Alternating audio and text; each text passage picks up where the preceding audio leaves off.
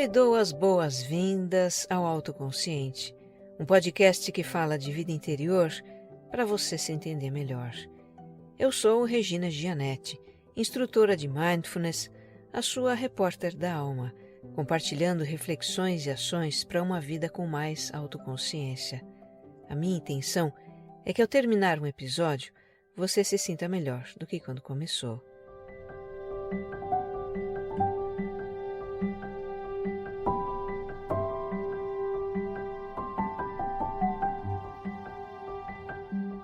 Para você que me escuta pela primeira vez, o Autoconsciente é um podcast serial. Os episódios têm uma sequência em que os temas vão se aprofundando. Experimente escutar desde o número 0. Tem aqui uma jornada de autoconhecimento. Eu te convido a me acompanhar no Instagram, que é onde eu mais interajo com os ouvintes. Os meus perfis são regina.gianetti e Você Mais Centrado. E se você gostar do que vai ouvir aqui, compartilha nas suas redes sociais e grupos de mensagens. O que faz sentido para você pode fazer também para muito mais gente.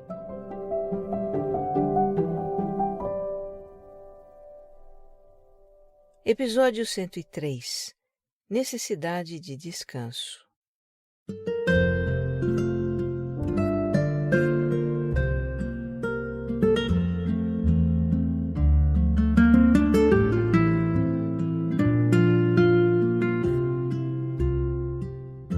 Geralmente eu já entro em dezembro descendo ladeira na banguela.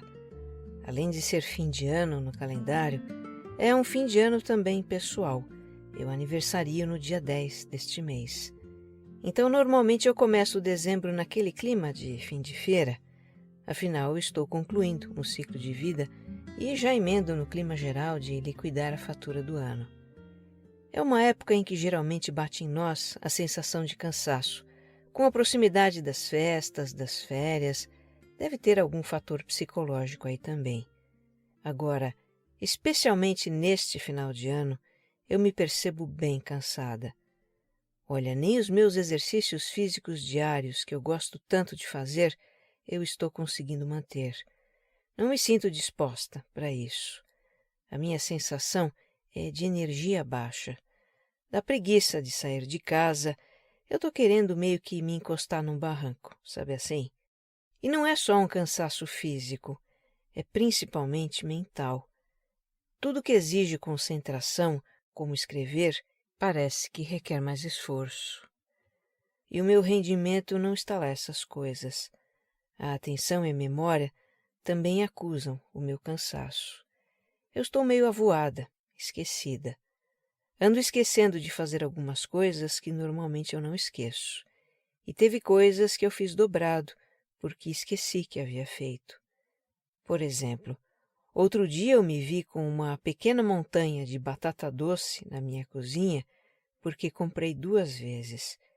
Primeiro eu fui ao supermercado, peguei lá uns 3 quilos de batata doce para a semana, que a gente usa na comida dos nossos doguitos, o Johnny e a Tequila.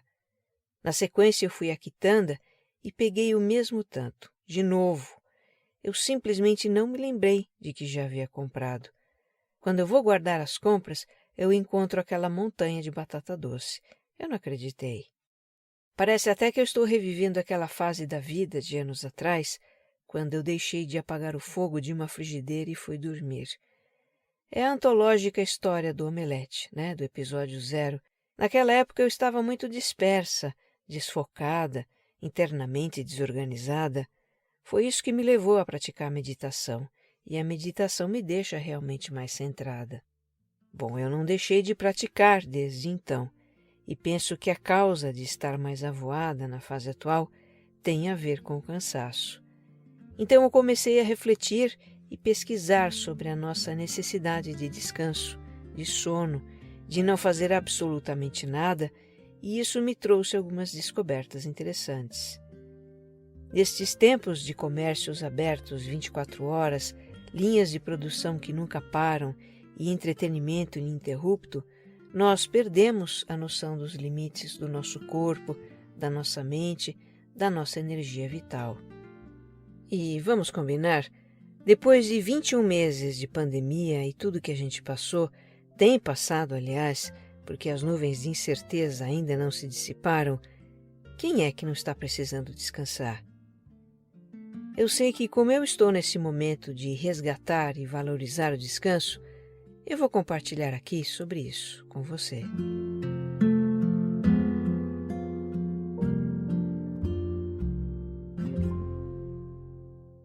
Eu li outro dia, com espanto, uma matéria jornalística sobre um fenômeno que se passa na China, e acredito que não aconteça só lá. Um fenômeno que é emblemático desses tempos em que se distorceu o sentido do descanso.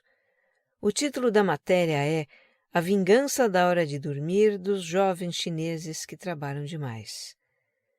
A matéria começa contando a história da jovem Emma Hall, que há 3 anos trabalhava numa empresa multinacional no esquema 996, ou seja, das 9 da manhã às 9 da noite, 6 dias por semana. É um esquema de trabalho comum na China. Depois dessa jornada de 12 horas diárias, a Emma chegava em casa moída, comia alguma coisa, tomava banho, e aí a gente pensa, tá bom, então ela ia dormir. Só que não.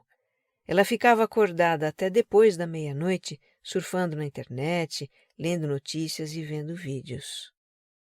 Mesmo cansada, ela sacrificava horas de sono, de que certamente precisava, para ter alguma vida pessoal. E entre jovens profissionais chineses, isso é comum. A matéria conta outras histórias de pessoas que encurtam o período de sono como uma forma de resistência contra a falta de vida pessoal. É curioso, não é? As pessoas se ressentem da falta de vida pessoal porque as suas jornadas de trabalho são exaustivas e se vingam reduzindo as horas de sono. Quer dizer, as jornadas exaustivas são inquestionáveis, as horas de sono não. Alguém pode dizer, mas isso é um comportamento dos jovens workaholics chineses, não é um fenômeno generalizado. Ok, o comportamento pode não ser generalizado, mas o modelo mental que está por trás dele, que coloca a produtividade em primeiro plano na vida, isso é senso comum. E estamos falando de um nível de produtividade que avança sobre as nossas necessidades de descanso e de sono. Só por curiosidade, faça uma pesquisa na internet com a expressão trabalho duro ou em inglês work hard. Você vai encontrar uma vasta coleção de frases do tipo trabalhe enquanto os outros dormem. Não pare até sentir orgulho de si mesmo. Sucesso é trabalho duro o dia todo dia. Chegue antes, saia depois, faça mais. Tem muitas dessas frases ditas motivacionais por aí que refletem a cultura do trabalho duro para ter sucesso. Estamos mergulhados nela. E aí é inevitável lembrar o filósofo sul-coreano Byung-Chul Han, que eu já citei um par de vezes em episódios anteriores, né? Ele escreveu o ensaio A Sociedade do Cansaço, com uma reflexão sobre o nosso exaustivo modo de vida. Segundo o Han, no passado a gente vivia em um modelo de sociedade disciplinar, de estruturas rígidas e hierarquias. Ele também a chama de sociedade da negatividade, porque é a sociedade do não pode, que proíbe e impõe, que limita e controla. As pessoas eram sujeitos de obediência e a pressão pela produtividade vinha de fora, das hierarquias, das normas, dos controles. Agora, nas últimas décadas, com as transformações tecnológicas, sociais e econômicas que ocorreram no mundo, passamos a viver em uma sociedade do desempenho. A atividade econômica é mais complexa, demanda mais da nossa capacidade mental, da criatividade, da automotivação. Então, no lugar da negatividade, do não pode do passado, que bloqueia a produtividade a partir de um certo nível, entra o discurso da positividade, do tudo é possível, só depende de nós. Na sociedade do desempenho, temos liberdade e poder para tomar iniciativas, criar os nossos projetos, empreender a nossa carreira ou negócio e ultrapassar os nossos limites. Byung-Chul Han observa que a noção de poder que temos hoje não cancela a de dever do passado e que, como sujeitos da sociedade de desempenho, continuamos disciplinados. Agora, junte o senso de dever que permanece em nós com a ideia de que somos os únicos responsáveis pelos nossos resultados e a pressão por produtividade passa a ser interna. Temos um nível de cobrança exacerbado para realizar mais, cada vez mais, e facilmente ignoramos os nossos limites. O filósofo diz: o excesso de trabalho e desempenho agudiza-se numa autoexploração. Essa é mais eficiente que uma exploração do outro, pois caminha de mãos dadas com o sentimento de liberdade. Pois é, pega pesado, Han, mas os questionamentos dele são muito pertinentes e necessários, porque o modo de vida na sociedade do desempenho está se tornando insustentável, pessoalmente e coletivamente insustentável. É um modo de vida que está nos esgotando e adoecendo. Olha, se você quiser acompanhar uma discussão mais aprofundada sobre esse assunto, eu recomendo um episódio de outubro do podcast Mamilos, é o número 322, O que é a Sociedade do Cansaço. Vale escutar.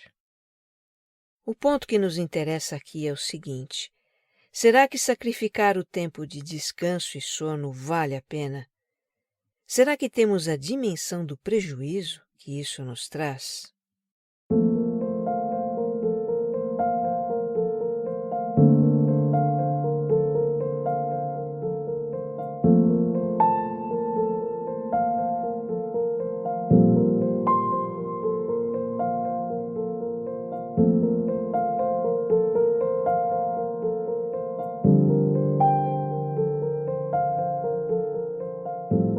Vamos fundo na questão do sono, porque ela é a mais importante no contexto da nossa necessidade de descanso.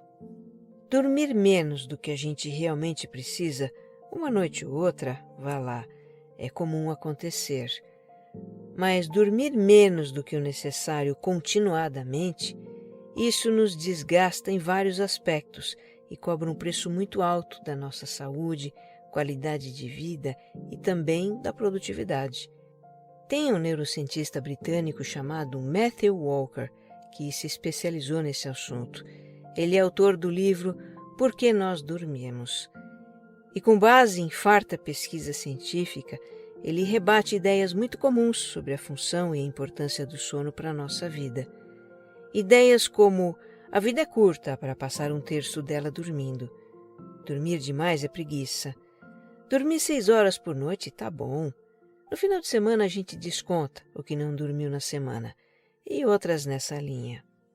Eu fiquei surpresa com o que eu li no livro dele. Em geral, nós temos uma noção muito vaga da importância do sono.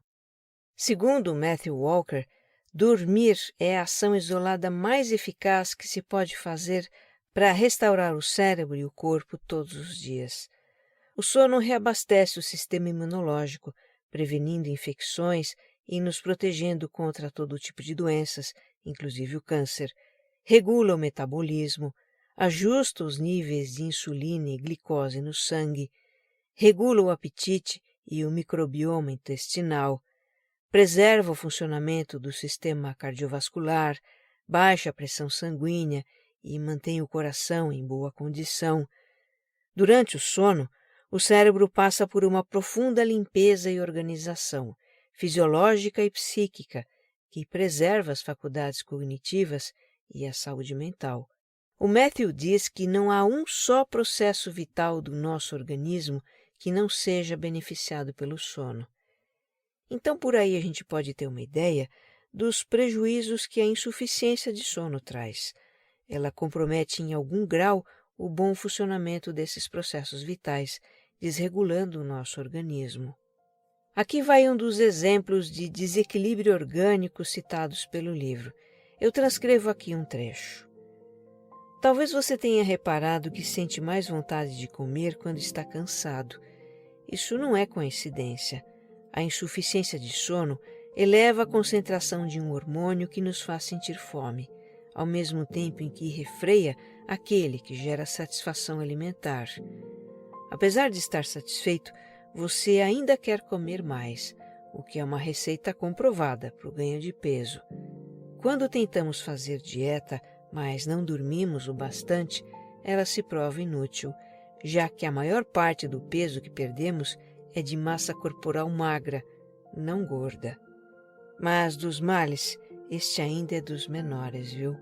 Menos tempo de sono aumenta o risco de câncer, diabetes, doenças cardiovasculares e demência. No limite, a privação extrema de sono leva o organismo ao colapso.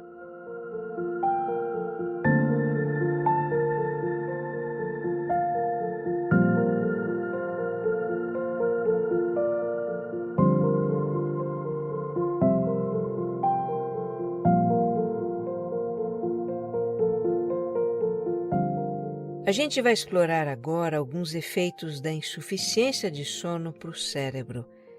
Mas antes, precisamos entender sobre a arquitetura do sono. O Matthew Walker é categórico. Adultos precisam dormir 8 horas diárias, no mínimo 7, para a completa restauração das atividades cerebrais. Menos do que isso já traz algum prejuízo ao funcionamento cerebral. Isso acontece porque o sono tem padrões, tem ciclos e fases. Dormir menos do que 7 horas significa que uma ou mais dessas fases não aconteceu, então não se completou o processo de restauração cerebral. Vamos começar pelos 2 padrões de sono. Um é o REM, ou REM, é aquele em que a gente sonha e os nossos olhos se movem. Nele, a atividade elétrica do cérebro é muito parecida com a que acontece quando estamos acordados. O outro padrão é o NREM, que é o sono mais profundo, não tem sonhos, é aquele em que a gente dorme feito pedra. Ao longo do período de sono, esses padrões se alternam em ciclos de 90 minutos. Um ciclo começa com um período de sono REM, depois vem um período de NREM e no final volta ao REM, e aí começa outro ciclo. Em 8 horas de sono, acontecem 5 ciclos completos. Um gráfico dessas fases de sono tem um desenho de ondas, com picos e vales que mostram os momentos de sono profundo e sono mais leve se alternando ao longo da noite. Uma característica desses ciclos é que eles são assimétricos. Quer dizer, o tempo de duração das fases REM e NREM muda conforme o ciclo. A grosso modo, na primeira metade da noite, os períodos de sono profundo NREM são mais longos, e na segunda metade da noite são os períodos de REM que duram mais. A gente poderia pensar que o sono NREM, que é mais profundo, é o sono mais reparador. Então, se a gente dormir aquele sono de pedra, mesmo que por 4 ou 5 horas, já terá sido suficiente. Mas não é por aí. O sono reparador resulta da alternância das fases REM e NREM, porque em cada uma acontece uma parte dos processos de restauração do cérebro. Um desses processos é a reciclagem das conexões cerebrais. Durante o sono NREM, são deletadas as conexões neuronais desnecessárias, que correspondem àquilo que não vale a pena guardar na memória. Já durante o sono REM, as conexões ligadas a informações e experiências relevantes, essas são consolidadas na memória. E aí a gente acorda de uma boa noite de sono com o cérebro descansado, pronto para ter o seu melhor desempenho durante o dia e com espaço disponível na memória para assimilar novas experiências e conhecimentos.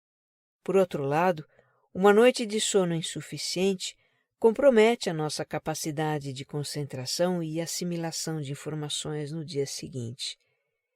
Em mim eu percebo uma lentidão mental logo que eu acordo. O raciocínio parece que fica mais devagar, e não tem café que resolva isso. E se dormir menos do que o necessário se torna um hábito, os prejuízos se acumulam ao longo do tempo. O problema é que a gente não percebe, como diz o Matthew. Eu transcrevo aqui uma fala dele. Após passar meses ou anos com restrição crônica de sono, a pessoa se acostuma com o desempenho prejudicado, o nível mais baixo de alerta e os níveis de energia reduzidos.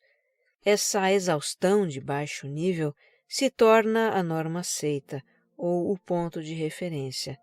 A pessoa deixa de reconhecer como aquele estado perene de deficiência de sono passou a comprometer a sua aptidão mental e vitalidade física, o que inclui a lenta acumulação de problemas de saúde. Com base em estudos epidemiológicos de tempo médio de sono, milhões de indivíduos passam anos sem se dar conta de que estão em um estado de funcionamento psicológico e fisiológico subótimo, nunca maximizando o potencial da mente ou do corpo em virtude da persistência cega de dormir muito pouco. Fecha aspas.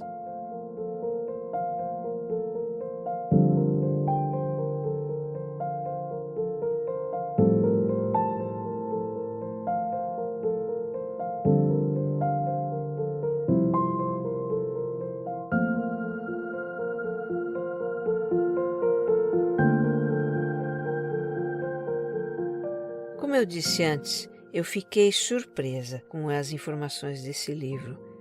O autor chega a ser meio dramático em algumas passagens, mas eu entendo que o assunto deve ser levado a sério. É preocupante que nós estejamos sacrificando horas de sono para dar conta das nossas demandas. Isso não sai barato. Aliás, custa muito caro para a nossa saúde. Entender mais sobre a função do sono explica o meu atual cansaço e acende uma luz amarela. Eu durmo em média 6 horas e meia por noite. Dizem que quanto mais velhos ficamos, menos precisamos dormir, não é? Eu, com os meus recém-completados 58 anos, já estava me conformando com isso. Mas, segundo Matthew, é lenda urbana. Não é que o envelhecimento diminui a necessidade de sono. O que diminui é a qualidade do sono com a idade, já a partir dos 40. Essa perda, que é natural, ela se soma a problemas de saúde que vão surgindo conforme avança o envelhecimento. Muitos desses problemas, aliás, são agravados pelo sono insuficiente. Então as pessoas dormem menos, quando na verdade deveriam dormir mais para compensar a perda de qualidade do sono. Mas enfim, eu durmo 6 horas e meia em média e acordo espontaneamente quando começa a clarear o dia. No outono e inverno eu durmo mais, porque o friozinho convida a deitar mais cedo e também amanhece mais tarde. Já na primavera-verão, eu tendo a deitar mais tarde e também amanhece mais cedo. E sem horário de verão nos 2 últimos anos, eu estou acordando umas 5 horas da manhã ou antes ainda, porque os sabiás são fregueses da minha casa, fazem ninho por perto nessa época e vêm cantar bem embaixo da minha janela, antes até do sol raiar. Quem dorme com barulho desses? Eu não durmo, nem com tapa-ouvido de silicone que eu uso há décadas. O meu sono é muito leve. Eu também uso um tapa-olho para a claridade não me acordar, mas muitas vezes ele sai do lugar durante a noite e não bloqueia a claridade. Eu sei que depois de ler esse livro, eu resolvi que vou deitar mais cedo e colocar uma cortina blackout no meu quarto. Eu vou dormir no escuro absoluto. Outras coisas que o Matthew recomenda para uma boa noite de sono, eu já faço. Não tomar café à tarde, por exemplo, porque a cafeína pode fazer efeito por até 8 horas depois de ingerida. Evitar bebida alcoólica e refeições pesadas no jantar. Evitar exercícios físicos à noite, se desconectar das telas um pouco antes de dormir. Olha, se você tem dificuldade para dormir, escute o episódio 17, Nas Noites Insones. Lá eu falo sobre fatores que prejudicam o sono e hábitos que ajudam.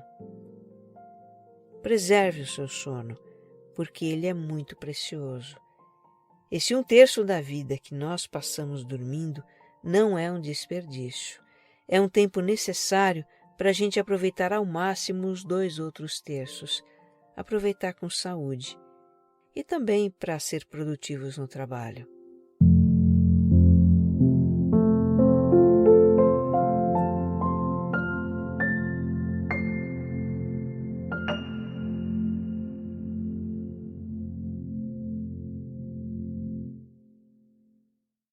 O sono é o ingrediente mais importante do descanso, mas não é o único.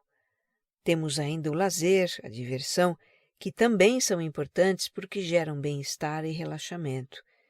Nesse quesito eu tenho muito que melhorar. Com essa minha persona que coloca o dever em primeiro lugar, eu acabo negligenciando o lazer. Tem um outro ingrediente do descanso que é não fazer nada. Relaxar, ficar à toa, ter momentos de ócio. Isso é quase que um sacrilégio na nossa cultura de alta produtividade, de estar sempre fazendo algo para aproveitar o tempo, de super se ocupar. Aliás, ser muito ocupado é um símbolo de status na nossa cultura. Na apuração para este episódio, eu li sobre uma pesquisa acadêmica que mostra quão difundida é a ideia de que quanto mais ocupada é uma pessoa, mais os outros a percebem como alguém importante, competente e bem-sucedido. Eu pensei em usar a palavra ócio para descrever esse estado de não fazer nada, mas desisti. O conceito de ócio é tão discutido, tão controverso até, e tão cheio de significados que ele mais confunde do que explica. Um sinal disso é a diversidade de sinônimos que a palavra tem. Alguns positivos, como descanso, pausa, folga, lazer, e outros negativos, como vadiagem, indolência, desleixo, moleza.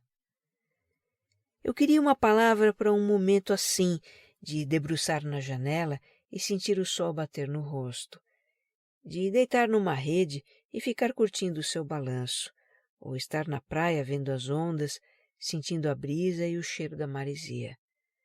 Momentos sem celular nem TV, sem pensar nos problemas a resolver, sem atividade alguma.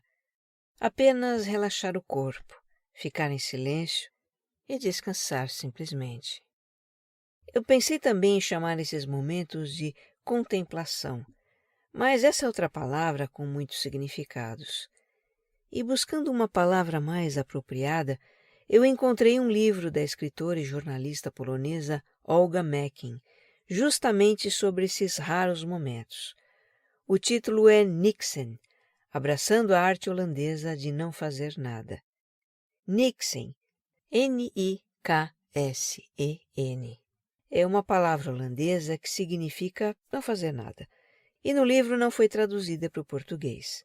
Ainda bem, né? Senão poderia virar ócio, contemplação ou outra coisa que não transmite a mesma ideia. A Olga estava assoberbada com a vida de escritora, mãe de 3 crianças, esposa, dona de casa e de um negócio. Morando há pouco tempo na Holanda, ela conheceu essa palavra em um artigo de revista e começou a prestar mais atenção ao estilo de vida do país, que dá espaço para momentos de não fazer nada sem culpa.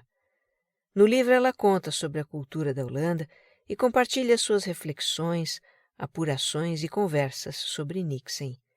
E ao longo das páginas, ela vai relatando as suas experiências com momentos de não fazer nada e como isso foi mudando as coisas para ela. Aqui vai um pedacinho do que ela conta. Abre aspas. Mais uma vez estou no meu sofá. Desta vez não estou trabalhando, pensando ou lendo. Estou nixeneando e está uma delícia. Eu me sinto relaxada e é bom ficar só sentada aqui. Por alguns momentos gloriosos, não há nada exigindo a minha atenção. Momentos como esse raramente duram muito. Em breve o turbilhão de tarefas e obrigações vai me dominar de novo, como sempre. Mas, neste exato momento, está ótimo. Me faria bem ter outros assim, penso comigo mesma. O meu dia não está muito menos ocupado do que o normal. Minhas obrigações não são de forma alguma menores. Ainda tenho todo o meu trabalho, meus filhos e a casa para cuidar, dia após dia.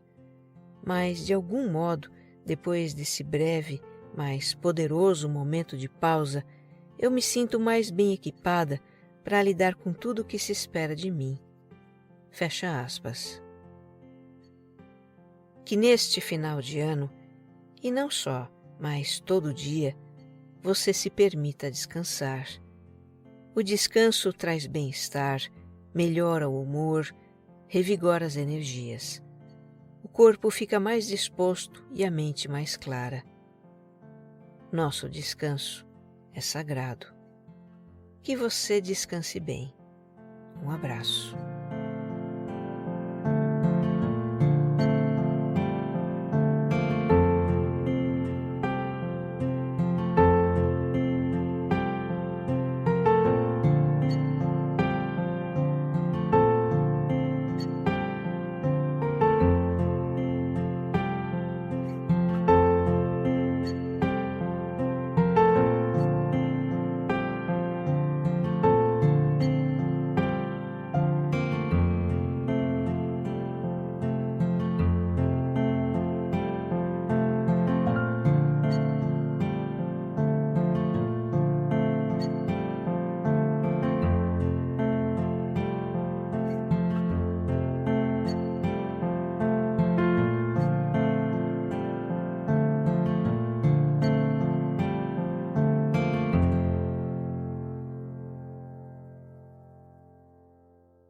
Autoconsciente é um podcast distribuído pela Rede B9, com roteiro e apresentação de Regina Gianetti, edição de som e capas Jéssica Correia.